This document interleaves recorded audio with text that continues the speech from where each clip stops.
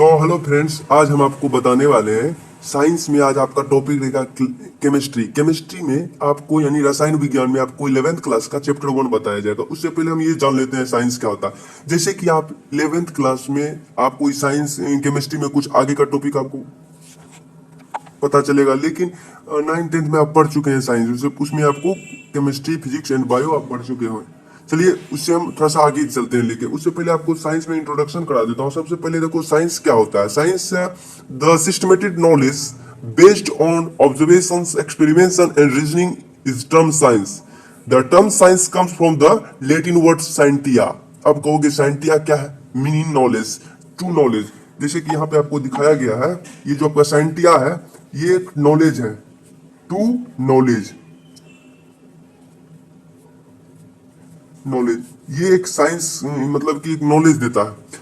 Science क्या कर रहा है? नॉलेज दे रहा है। सिस्टमेटिक ढंग से साइंस नॉलेज दे रहा है। जैसे कि आप इससे पहले 9th 10th में पढ़े होंगे कि अगर आपको हिंदी मीडियम से समझा देता हूँ हिंदी में, कि सावधानी पूर्वक एवं क्रमबद्ध तरीकों से किए गए परीक्षणों एवं प्रयोगों से मिला ज्ञान को, प्राप्त ज्ञान को हम विज्ञान कहते हैं। जैसे कि सपोज मन में सोचो कि कोई एक सब्सटेंस है, हमको ये पता नहीं है सब्सटेंस क्या है, इसको हम क्या किए, लैब में लेके गए और इस पे रिसर्च कर रहे हैं कि इसका फिजिकल प्रॉपर्टी क्या है, इसका केमिकल प्रॉपर्टी क्या है, इसका स्मेल कैसा है, इसका साइज कैसा है, इसका शेप कैसा है, इसका नेचर क्या है। ये सब जो हम करेंगे सावधानी पूर्वक करेंगे, क्योंकि इस सब्सटेंस के बारे में नहीं पता ये क्या हार्मफुल है या नहीं है। तो इसलिए इसमें कहा गया है सावधानी पूर्वक किया जाए और क्रमबद्ध तरीकों से किया गया परीक्षणों से मिला प्राप्त ज्ञान को हम क्या कहते हैं? विज्ञान कहते हैं। ये आपको पता चल गया। Clear clear. और इसी से साइंटिया जो है, साइंस जो है, साइंटिया से ही साइंस का निर्माण हुआ। और इसी से साइंटिया का मतलब होता है कि ज्ञान देता है, नॉलेज देता है। अब इसी में हम आगे समझेंगे। यहाँ पे देखो कि रसायन विज्ञान यानी कि केमिस्ट्री समझेंगे। क्या होता है केमिस्ट्री? अब देखो केमिस्ट्री क्या होता है। केमिस्ट्री शब्द की उत्पत्ति कैसे हुई उस पर हम थोड़ा सा चर्चा करेंगे। अब देखिए रसायन विज्ञान जो होता है यानी कि केमिस्ट्री, केमिस्ट्री शब्द की उत्पत्ति मिस्र देश एक है, ठीक, उसको हम इजिप्ट भी कहते हैं। इजिप्ट में प्रचलित कीमिया भाषा है। इजिप्ट में कौन सी भाषा प्रचलित है? यहाँ पे देखो केमिस्ट्री शब्द की उत्पत्ति जो है, शब्द की उत्पत्ति कहाँ हुआ? मिस्र। एक देश है जिसका नाम क्या है? मिस्र। यानी आप इसको क्या बोल सकते हो? इजिप्ट। ये एक इजिप्ट देश है और यहाँ पे एक भाषा प्रचलित है जिसको हम कीमिया कहते हैं। क्या है? कीमिया। और कीमिया भाषा जो है इस यहाँ पे एक प्रचलित भाषा है जिसे हम कीमिया भाषा से हुई है और इसी से केमिस्ट्री का निर्माण हुआ है। इसी से केमिस्ट्री का निर्माण हुआ है। केमिस्ट्री। अब कहोगे कीमिया, जो इसका कीमिया का शाब्दिक अर्थ होता है, इसका देखो शाब्दिक अर्थ होता है काला। क्या होता है? काला। तो हम कह सकते हैं, यहाँ फिर से सुनो, रसायन विज्ञान केमिस्ट्री शब्द की उत्पत्ति जो है, यानी केमिस्ट्री शब्द की उत्पत्ति इजिप्ट में प्रचलित भाषा कीमिया भाषा से हुई है, जिसका शाब्दिक अर्थ होता है, यानी कि कीमिया का शाब्दिक अर्थ क्या है? काला होता है। इसका रंग होता है काला, काला रंग होता है। यह प्राकृतिक विज्ञान की एक महत्वपूर्ण शाखा है और इसके अंतर्गत पदार्थ की प्रकृति, संरचना, निर्माण विधि एवं भौतिक एवं रासायनिक गुणों का अध्ययन किया जाता है। जैसे आपको पता है कि इसमें भौतिक एवं रासायनिक गुणों का अध्ययन किया जाता है। किसमें? केमिस्ट्री में। जैसे आपको पता है एक सब्सटेंस लिया, उस पर हम मतलब कि लैब में जाके इसको हम रिसर्च कर रहे हैं कि इसका फिजिकल प्रॉपर्टी क्या है, इसका केमिकल प्रॉपर्टी क्या है, इटीसी, इस सब का, इसका स्मेल कैसा है। ये सब क्या हो गया? आपका एक केमिस्ट्री का ही देन है। चलिए हम आगे समझते हैं, थोड़ा सा आगे चलते हैं। इसी में आपको पता चलेगा केमिस्ट्री में 3 भाषाएं हैं, तो उस पर भी हम चर्चा करेंगे। सबसे पहले रसायन विज्ञान का महत्व क्या है? Importance of chemistry. चलिए वो भी समझ लेते हैं। इंपोर्टेंस ऑफ केमिस्ट्री में कहा गया है कि केमिस्ट्री जो है हमारे जीवन को सरल, सुखमय, समृद्ध और आरामदायक बनाने के लिए रसायन विज्ञान का विशेष योगदान रहा है। रसायन विज्ञान का क्या है? विशेष योगदान रहा है। यानी कि आधुनिक युग में जो आपका यानी कि मॉडर्न युग का आधार के अनुसार अगर देखा जाए तो केमिस्ट्री आधुनिक विश्व में जीवन के यानी कि प्रत्येक क्षेत्र में, किसी भी क्षेत्र में लेके चलो आप, जीवन के प्रत्येक क्षेत्र में क्या बोल रहा है? कि कोई भी व्यवसाय अथवा उद्योग हो, धंधो हो, कृषि हो गया, आपका मेडिकल साइंस में, सब चीज में केमिस्ट्री का यूज किया जाता है। और इसका वस्तुओं का इसका उपयोग किया जाता है। समझ सकते हो आप, केमिस्ट्री जो ये सब्जेक्ट का मतलब बहुत चीजों में इसका उपयोग कर सकते हैं। मेडिकल साइंस में ले लो, या एग्रीकल्चर साइंस में ले लो, या फिजिकल साइंस में ले लो, ये सब जो है आपका केमिस्ट्री का इसमें यूज किया जाता है। जैसे कि आपको इतना पता चल गया। अब केमिस्ट्री में तीन भाषा है, सॉरी केमिस्ट्री में तीन चीज पढ़ना होता है हमें, उसके बारे में हम देख लेते हैं। जैसे कि आप 11th क्लास के स्टूडेंट हो तो केमिस्ट्री में आपको ये तीन मिलेंगे। यहाँ पे देख लो कौन कौन से पढ़ने हैं आपको। सबसे पहले पढ़ने हैं आपको फिजिकल केमिस्ट्री, फिजिकल केमिस्ट्री।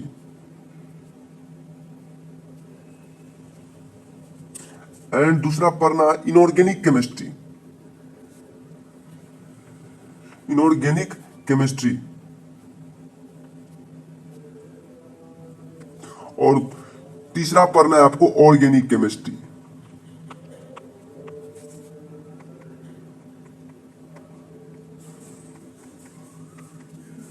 ये नोट कर लेना थोड़ा सा आप, ये ऑर्गेनिक केमिस्ट्री हो गया।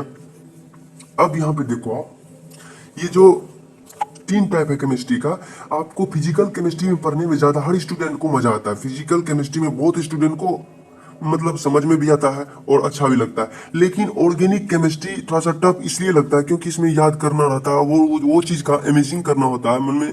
आपको सोचना होगा कि विजुअलाइज करना होगा उस चीज का, जो चीज नहीं है, पास में नहीं है, उसके बारे में विजुअलाइज करके आपको रिएक्शन सब याद करना होगा, बहुत चीज याद करना होगा। और इनऑर्गेनिक केमिस्ट्री भी थोड़ा सा टफ होता है। इसलिए आप थोड़ा सा इस सब्जेक्ट में इंटरेस्ट लो, आपको पढ़ने में बहुत मजा आएगा। बस आप इस चैनल और इस वीडियो के साथ बने रहिए, आपको मेरा ये दावा है आपको समझ में आएगा 100%। चलिए अब आगे समझते हैं।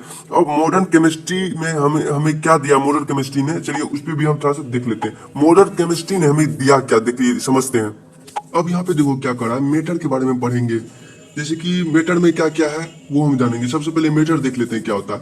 Anything which has mass and occupy space is called matter. Matter can exist in three physical state, solid, liquid and gas. जैसे कि आप जानते हो कि जो आपका मीटर क्या है, सबसे पहले आप 9th 10th में पढ़े होंगे कि मीटर में क्या होता है कि जो चीज देखिए, कोई ऐसा चीज जो अवरोध उत्पन्न करे, जिसमें भार हो, जिसमें द्रव्यमान हो और जिसका आयतन हो, ये सब क्या है, मीटर है। और जो रुकावट आपको उत्पन्न करे, ये सब क्या है, मीटर है। जैसे कि आपके आसपास में बहुत से मीटर होंगे, टेबल, कुर्सी, बुक, पेन, ये सब मीटर है। और बर्तन भी ले, कुछ भी आपका जो है आसपास में है वो मीटर है। लेकिन भावना जो होता है वो मीटर नहीं होता है। फिर से आप सुन लो, भावना जो होता है वो मीटर नहीं होता है। जैसे कि आपको मैं इंग्लिश में यहाँ पे लिख रहा हूँ, आप घबराना मत। बस आप अगर हिंदी मीडियम के स्टूडेंट हो इसको नोट कर लेना। हिंदी में जैसे कि आपको समझा रहा हूँ, हिंदी में तो आप समझ जाओगे, दिमाग में समझ में आ जाएगा। आपको याद कुछ भी नहीं करना है, बस आपको समझना है दिमाग में और इसको नोट कर लेना। इंग्लिश में आप थोड़ा सा, आप क्योंकि आपको इंग्लिश में अभी से ही, अगर 11th में गए हैं हिंदी मीडियम के स्टूडेंट, तो आप अभी से कोशिश करो कि धीरे धीरे धीरे धीरे अपना कदम इंग्लिश में बढ़ाओ, ताकि आगे चल के आपको कोई प्रॉब्लम नहीं हो। अब आगे देखते हैं हम। जैसे कि मेटर है, मेटर में तीन स्टेट होते हैं। कौन कौन से, जैसे आपको पता है मेटर में तीन स्टेट होते हैं। यहाँ पे देखो, पहला सॉलिड, ये आपको पता होगा, इसके बारे में भी आप पढ़ चुके होंगे। उसके बाद लिक्विड, और उसके बाद गैस। यानी कि ये तीन स्टेट होते हैं मेटर मेटर में। ये तीन के बारे में आपको पढ़ना, solid and liquid and gas. Clear, ये तीन के बारे में पढ़ना। लेकिन ये तीन नहीं होता है, मीटर के चार स्टेट होते हैं। सबसे पहले यहाँ पे एक देखो, आप प्लाज्मा का भी नाम कहीं ना कहीं आप सुने होंगे। मीटर का चार स्टेट होता है, प्लाज्मा। देखना यहाँ पे, प्लाज्मा, प्लाज्मा का भी नाम आप सुन चुके होंगे, यहाँ पे आप लिख लो। और 5 मीटर के पार्ट होते हैं। एक होता है बीईसी, बीईसी जिसे हम कहते हैं बोज आइंस्टाइन कंडंस्टेंट। क्या बोलते हैं, बोज आइंस्टाइन कंडंस्टेंट। इसको हम थोड़ा सा यहाँ पे लिख देते हैं ताकि आपको समझ में आए। यहाँ पे देखो, पांचवा स्टेट मीटर का बीईसी, इसके बारे में से नहीं पढ़ाया जाएगा क्योंकि एग्जाम में भी नहीं पूछा जाएगा। अब देखो, ये जो बोज आइंस्टाइन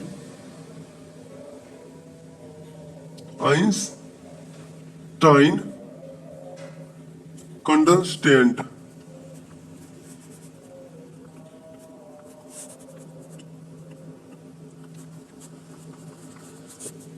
ये आपको नॉलेज के लिए बस याद रख लेना है। मैटर का 5 स्टेट होता है।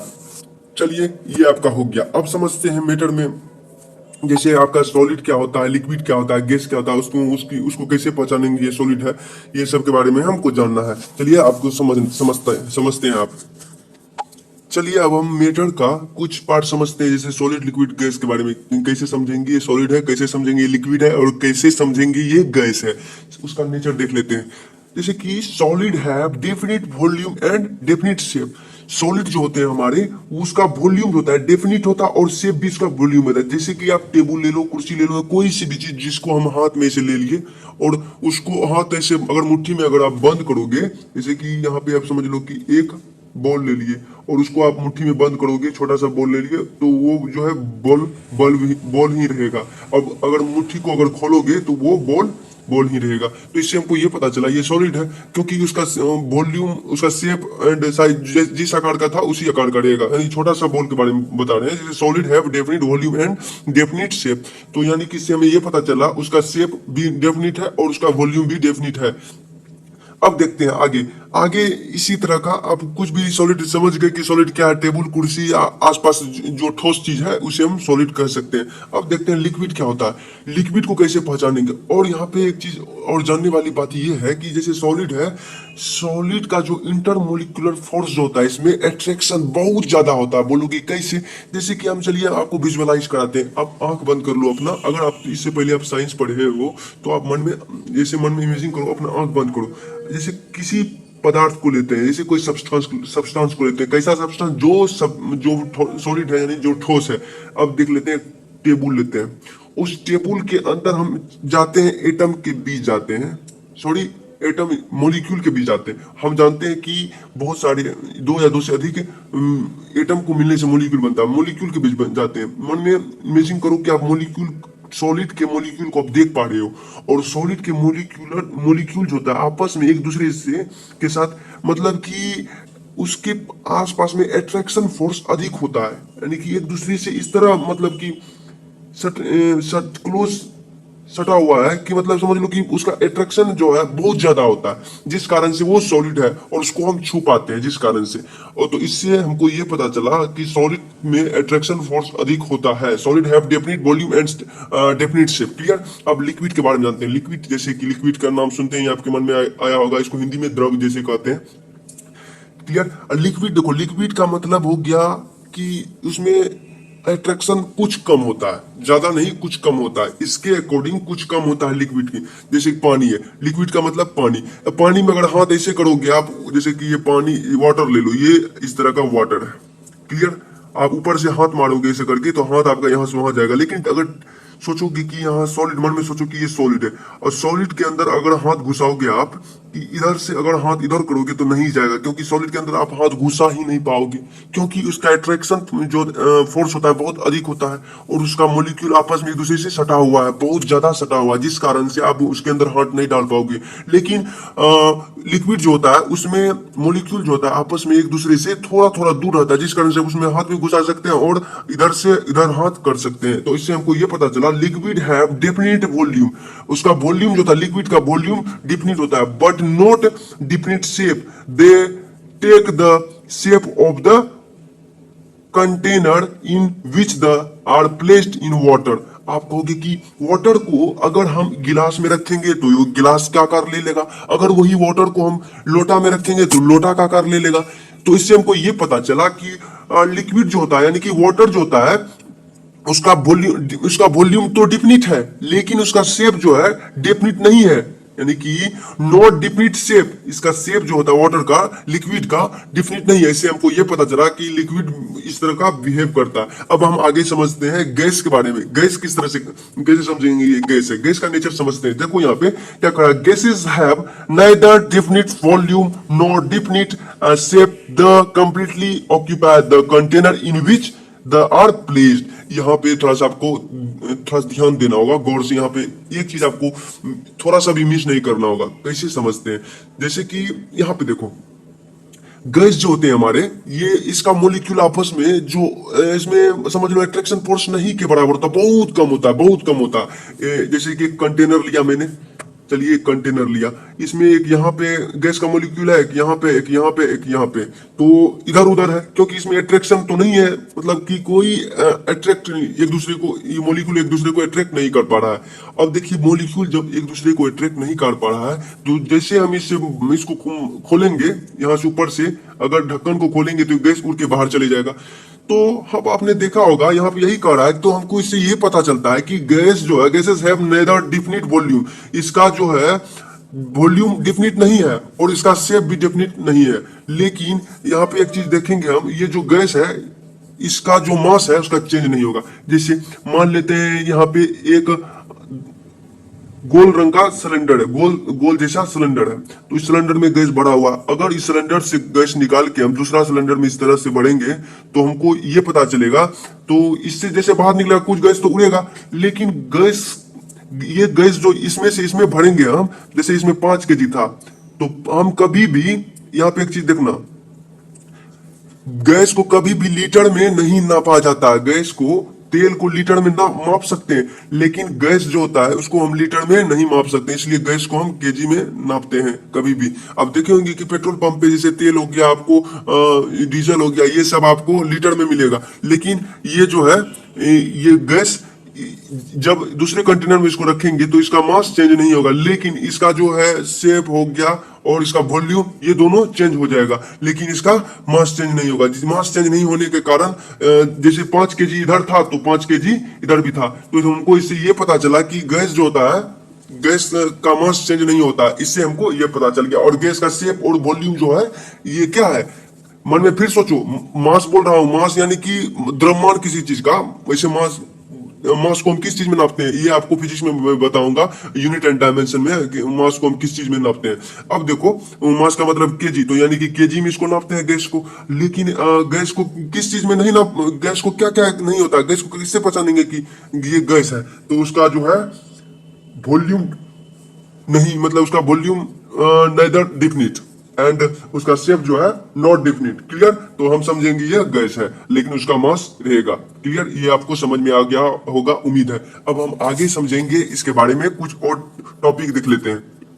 मैं आपका आज ज्यादा समय नहीं लेने वाला, क्योंकि आप इसमें बोर हो जाओगे, आपको बस इंटरेस्ट लेना सब्जेक्ट में अगर आपको समझना हो तो। अब देखते हैं, हम आगे चलते हैं। आगे आप यहाँ पे देखेंगे 3 state of matter are inter convertible by changing the condition of temperature pressure। हम देखेंगे सॉलिड से कैसे हम लिक्विड बनाएंगे, लिक्विड से गैस बनाएंगे। अगर आपको मन में ये सवाल आया होगा, बहुत से स्टूडेंट को ये मन में सवाल आया होगा कि सॉलिड को क्या हम लिक्विड में बदल सकते हैं, लिक्विड को क्या हम गैस में बदल सकते हैं। हाँ बदल सकते हैं, कैसे बदल सकते हैं चलिए वो देखते हैं, और उस बदलने के क्रम को हम क्या क्या बोलते हैं वो देख लेते हैं। आज हम आपको बस इतना दूर तक ही बताएंगे ताकि आपका ज्यादा समय नहीं लेने वाले, और मैं नेक्स्ट वीडियो में मैं इससे ज्यादा बताऊंगा, इससे आगे का लेक्चर मैं उसमें बताऊंगा। अब आगे समझते हैं हम। आगे यहाँ पे देखोगे आप, जैसे कि यहाँ पे आप देखो, अब देखो ये जो डब्बा है इसको हम मान लेते हैं ये सॉलिड है, ये क्या है सॉलिड, और इसको हम मान लेते हैं ये लिक्विड है, क्लियर, और ये आपका गैस हो गया। अब देखिए कैसे बनेगा, हम जब सॉलिड को हम लिक्विड में बदलते हैं तो उसको हम उस स्थिति को हम बोलते हैं मेल्टिंग, यानी फ्यूजन हो गया। क्या हो गया, मेल्टिंग, या आप बोल सकते हो फ्यूजन, फ्यूजन हो गया, क्लियर। तो जैसे कि ये सॉलिड से लिक्विड में कैसे बदला जाता, एग्जांपल के तौर पे आप समझ सकते हो, एक बर्फ को, जैसे कि फ्रिज से मैंने एक बर्फ निकाला, उसको एक गर्म तावा पे हमने रख दिया, जैसे नीचे से हम हीट दे रहे हैं और एक तवा है ऊपर में, उस पे एक बर्फ का टुकड़ा हम रख दिया, तो आगे चल के वो बर्फ का टुकड़ा जो है वो क्या होगा, पहले लिक्विड बदलेगा, पहले लिक्विड बनेगा, सॉरी यहाँ पहले लिक्विड बनेगा, और लिक्विड बनने के बाद वो धीरे धीरे वो वाष्प में बदल जाएगा, यानी कि गैस में बदल जाएगा। तो सबसे पहले हमको जानना था कि सॉलिड से लिक्विड बना, हमको ये इतना दूर तक ही जानना था ये लिक्विड बना, तो उस स्थिति को हम बोलते हैं मेल्टिंग। मैंने मेल्ट किया किसको, तो बर्फ को, यानी कि सॉलिड को। बर्फ क्या था, सॉलिड था हमारा। तो उसी तरह चीनी को भी ले लेते हैं, चीनी को भी हमने मेल्ट किया। चीनी क्या है, चीनी किसी चीज का एक क्रिस्टल ले लो, चीनी का क्रिस्टल लिया या नमक का क्रिस्टल ले लिया, चीनी का फॉर्मूला हो गया क्या, C12H22O11। ये C12H22O चीनी का फॉर्मूला हो गया। उसी तरह नमक का फॉर्मूला NaCl सोडियम क्लोराइड हो गया। इसमें हमको ये पता चला कि नमक को बीच में नमक का क्रिस्टल को अगर लेके यहाँ पे मेल्ट करें तो उसको मेल्टिंग को हम क्या बोलेंगे, वो वाटर में बदल जाएगा। नमक भी सॉलिड हो गया, चीनी भी सॉलिड हो गया, क्योंकि वो सॉलिड इसलिए क्योंकि उसको हम हाथ में अच्छी तरीका से उठा सकते हैं, उसमें एक छोटा सा क्रिस्टल है। क्लियर, ये आपको पता चल गया। अब आगे देखो, सॉलिड से लिक्विड में बदल गया, उसको हम बोले मेल्टिंग या फ्यूजन बोले। लेकिन लिक्विड से, अब देखो यहाँ पे, लिक्विड से जैसे गैस में बदला तो इसको वेपोराइजेशन कहा। हमने क्या कहा, वेपोराइजेशन। तो यहाँ पे आप लिखो वेपोराइजेशन,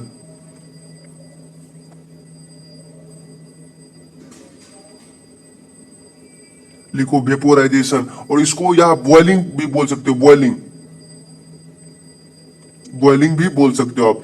अब देखो, इसको आप बॉइलिंग भी बोल सकते हो। कैसे, कि यहाँ पे देखो, सबसे पहले हमने एक समझ लीजिए कि आप बर्फ का टुकड़ा को ही जैसे हमने हीट किया तो पहले वो वाटर बना, यहाँ वाटर बना, वाटर बनने के साथ ये धीरे धीरे गैस में बदल गया। तो गैस में बदला तो इसको हम क्या कहें, वेपोराइजेशन हुआ।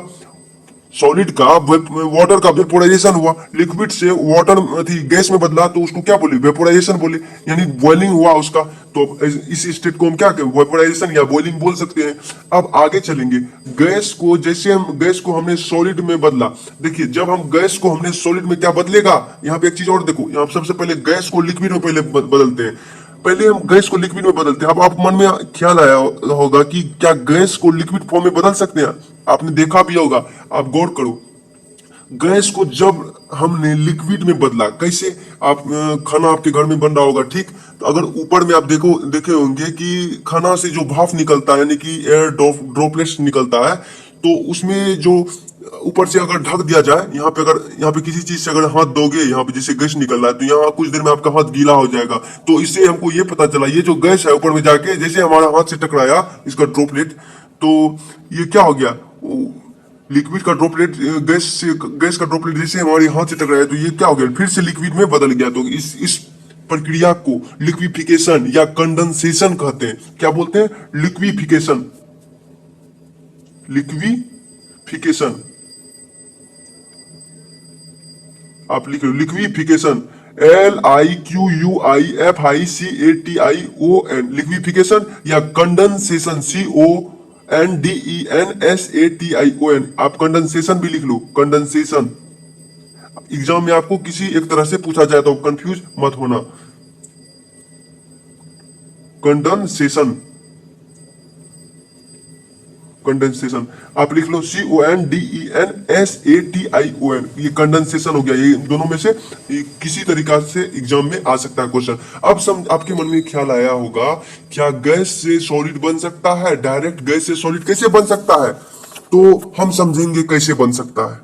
उससे पहले हम समझेंगे क्या लिक्विड से सॉलिड बन सकता है। चलिए देखते हैं, लिक्विड से सॉलिड को बनने के क्रम को हम क्या बोलते हैं, फ्रीजिंग बोलेंगे या सब्लिमेशन बोलेंगे या सॉलिडिफिकेशन बोलेंगे, फ्रीजिंग क्यों बोलेंगे, चलिए वो भी समझते हैं। जैसे लिक्विड है, लिक्विड को जैसे कि पानी को जैसे फ्रिज में हमने रखा या दूध को हमने फ्रिज में रखा, दूध क्या लिक्विड है, पानी क्या लिक्विड है। जो ये दोनों को जैसे कोई भी लिक्विड चीज को जैसे फ्रिज में रखा तो वो मतलब कि टेम्परेचर को बहुत देर के बाद जब टेम्परेचर उसका कम हो जाएगा तो वहां पे वो क्या होगा, बर्फ बन जाएगा, यानी कि सॉलिड में बदल जाएगा। तो सॉलिड में बदला तो उसको फ्रिज में रखने के कारण बदला, यानी कि वो लिक्विड चीज जो फ्रीज हो गया। तो फ्रीज होने के बाद उसको फ्रीजिंग कह सकते हैं। तो उसी को हमने कहा फ्रीजिंग, FREEZING, फ्रीजिंग बोलो, या इसको आप बोल सकते हो सॉलिडिफिकेशन। सॉलिडिफिकेशन इसलिए हुआ क्योंकि सॉलिड यानी कि लिक्विफिकेशन से आप सॉलिडिफिकेशन में बदला, तो आप इसलिए इसको यहाँ पे सॉलिडिफिकेशन, थोड़ा सा कलर चेंज कर देता हूँ, सॉलिडिफिकेशन बोल सकते हो, सॉलिडिफिकेशन, सॉलिडिफिकेशन। आप इसको लिख लो, SOLIDIFICATION, सॉलिडिफिकेशन। फिर से सुन लो, SOLIDIFICATION, सॉलिडिफिकेशन हो गया आपका। और अब आगे चलते हैं। देखो यहाँ पे दुनिया में बहुत कम ऐसे सब्सटेंस हैं जो सॉलिड से गैस बन जाती है, चलिए वो समझते हैं कौन से। जैसे एग्जाम्पल के तौर पे आप ले लो कि NH4Cl, यानी कि अमोनियम क्लोराइड जैसे ले लो, आयोडीन ले लो, CO2S ले लो, ड्राई आइस हो गया, नेफ्थलीन ले लो, कैम्फर ले लो, ये सब जो है ETC, ये क्या है कि ये जो है सॉलिड से बिल्कुल डायरेक्ट गैस में बदल जाएगा। यहाँ पे देखो NH4Cl आयोडीन हो गया, CO2S, और ये CO2S जो है इसको ड्राइस कहा जाता है, यानी कि ड्राइस इसको बोल सकते हैं। और ये नेपथलीन हो गया और कैम्फर हो गया, ये सब। और ये सब जो था सॉलिड से गैस में कैसे बदला, नीचे से हीट दिए। जब इसको नीचे से हीट देंगे तो मतलब कि डायरेक्ट गैस में बदल जाएगा। और इस प्रक्रिया को हम क्या कहते हैं, जब हम किसी भी सॉलिड को डायरेक्टली, जब हम किसी भी सॉलिड को, फिर से सुन लीजिए, जब हम किसी भी सॉलिड को डायरेक्टली कन्वर्ट करते हैं गैस में तो इसको सब्लिमेशन कहा जाता है। समझ लीजिए कि दुनिया में 99% सॉलिड से लिक्विड, सॉलिड से गैस जो है पहले लिक्विड पहले बनेगा। 99% सॉलिड से पहले लिक्विड बनेगा, उसके बाद जाके फिर गैस बनेगा। लेकिन कुछ परसेंट, 1% में ये सब एक तरह से आ गया, ETC इस तरह का चीज आ गया, और जिसमें NH4Cl आयोडीन हो गया, CO2S हो गया, नेपथलीन हो गया, कैम्फर, ETC, ये सब जो है सबसे पहले ये सॉलिड से डायरेक्टली किस में बदलेगा, सॉलिड से डायरेक्टली गैस में बदल जाएगा। और इस प्रक्रिया को हमने कहा सब्लिमेशन। क्या कहा हमने? सब्लिमेशन। यहाँ पे लिख लो सब्लिमेशन। ये सब आपको याद करने की आवश्यकता नहीं है, आप खुद समझ जाओगे, या आप सुन के भी लिख सकते हो, या समझ के अपने भाषा में लिख सकते हो। जरूरी नहीं कि मैं लिखाऊंगा तब लिखो, आप ऐसे समझ सकते हो एग्जाम में। ये समझने के लिए है, नॉलेज के लिए। अब देखते हैं हमको बनाना, अब हमको बनाना है, मन में इमेजिन करो कि गैस से हमको सॉलिड बनाना। कैसे बनाना है? डायरेक्ट बनाना है, बीच में लिक्विड नहीं आना चाहिए। तो कैसे बनेगा? सबसे पहले हमको एक चीज जानना होगा, गैस से सॉलिड बनने का प्रोसेस में 99% केस में, समझ लो फिर से, गैस से सॉलिड बनने के केस में 99% केस में, कितना परसेंट? 99% केस में सबसे पहले लिक्विड आएगा। तो लिक्विड आएगा, लिक्विड को आना है, उसके बाद फिर से जाके सॉलिड बनेगा, वो फिर से जाके सॉलिड बनेगा। लेकिन कुछ केसेस में कैसे बनता है वो हम समझ लेते हैं। उसमें हमको कैसे बनता है वो समझने के लिए हमको जानना पड़ेगा कि कैसे बनता है। जैसे कि हम ले लेते हैं CO2 ले लेते हैं, यानी कि CO2 कार्बन डाइऑक्साइड गैस को ले लेते हैं। सबसे पहले यहाँ पे फिर से एक बार सुन लीजिए, 99 गैस से सॉलिड बनाने के लिए 99% केस में लिक्विड पहले बनेगा। क्या बनेगा? लिक्विड बनेगा। लेकिन कुछ केस में ये गैस से सॉलिड बनेगा, कुछ केस में ये क्या होगा, गैस से डायरेक्टली गैस से सॉलिड बनेगा। और उसी को हम क्या बोले? डिपोजिशन बोले, डिपोजिशन या निगेटिव सब्लिमेशन बोलेंगे। यार सब्लिमेशन हमने तो पढ़ाया आपको, लेकिन उसी का अपोजिट होता है निगेटिव सब्लिमेशन, जिससे आपको यह पता चलेगा कि गैस से कैसे डायरेक्ट सॉलिड बनेगा। अब देखिए, एक बीकर लिया हमने, एक बीकर लिया, क्लियर? यहाँ पे देखिए, हमने इस बीकर में, इस कंटेनर में CO2 गैस को रखा, CO2 गैस को, क्लियर? CO2 गैस को रखा। अब CO2 गैस को रखने के बाद इस पे हम प्रेशर दिए। क्या किए? CO2 गैस सीधा सॉलिड में कन्वर्ट हो जाएगा अगर हम यहाँ पे प्रेशर देंगे। यहाँ पे देखो, जब CO2 गैस को कंटेनर में रख के सीधा सॉलिड में मतलब कन्वर्ट करने के कारण हमें इसमें पहले ऊपर में प्रेशर देना होगा। जैसे CO2 गैस सीधा सॉलिड में कन्वर्ट किया जाता है तो आप कार्बन डाइऑक्साइड पे प्रेशर लगाते हो। तो कार्बन डाइऑक्साइड पे हमने क्या किया? प्रेशर लगा दिया, ऊपर से इस पिस्टन को दबाया, प्रेशर लगाते हो तो आप जानते हो कि आप ठंडा करते हो। आप क्या करते हो? CO2 गैस को आप क्या करते हो? ठंडा करते हो। जब CO2 गैस ठंडा हो जाएगा तो आपका बन जाएगा CO2S बन जाएगा। तो आपका क्या बन जाएगा? CO2S, यानी कि ड्राई आइस, जिससे आप कहते हो, क्या बोलते हो? Dry ice. ये आपका क्या बन गया? एक तरह का सॉलिड बन गया। तो सॉलिड कैसे बना? तो सॉलिड बना आपका सीधा डायरेक्ट गैस से सॉलिड बना। डायरेक्ट कैसे बना? तो सबसे पहले CO2 गैस को हमने रखा है बीकर में, उस बीकर में उसका उस पिस्टन से प्रेशर दिया।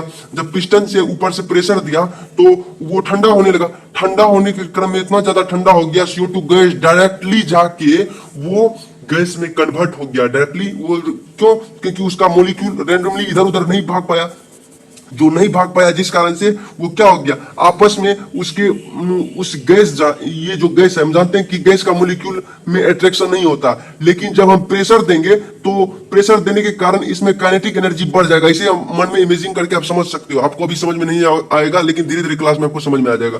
जो इसका एनर्जी बढ़ने के कारण इसमें अट्रैक्शन बढ़ जाएगा और ये आपस में एक दूसरे के साथ सट जाएगा, एक दूसरे के साथ मतलब कि सट के अरेंज हो जाएगा, जिस कारण से ये सॉलिड हो जाएगा। और CO2S यानी ड्राई जिसको हम बोलते हैं, ये डायरेक्टली गैस से सॉलिड बन जाएगा। क्लियर? यहां तक उम्मीद है आपको समझ में आ गया होगा। कल हम आपको बताने वाले हैं मिक्सचर बताऊंगा मैं। उसके बाद होमोजूनियस क्या होता है? होमोजीनियस मिक्सचर और हेट्रोजूनियस। अगर ये वीडियो आपको समझ में आया हो तो लाइक करें, शेयर करें, सब्सक्राइब करें, ताकि अगली वीडियो का नोटिफिकेशन आपके मोबाइल में आए और अच्छे से आप प्रिपरेशन कर सको। 11th क्लास का इसमें चैप्टर 1 का ये टॉपिक था आपके लिए, बस मैं आपको अब समझा रहा था। धीरे धीरे मैं ये चैप्टर का ही पार्ट है और इससे आगे का पार्ट में बताऊंगा। और फिजिक्स का एक नया लेक्चर आने वाला है 11th क्लास का, जो चैप्टर 1 का रहेगा यूनिट एंड डायमेंशन का। ऐसे समझ सकते हो, सॉरी, यूनिट फिजिक्स में यूनिट एंड डायमेंशन पहले हम स्टार्ट करने वाले हैं। उसके बाद बायोलॉजी का भी एक चैप्टर आने वाला है, जिसको वीडियो को ट्रेंडिंग में लगा चुका हूं। अब देखिए आगे में फिजिक्स मैथ का भी वीडियो आएगा। चलिए आज का वीडियो में यही समाप्त करते हैं। अगर ये वीडियो आपको अच्छा लगा तो लाइक और सब्सक्राइब करें। थैंक यू, धन्यवाद, जय हिंद।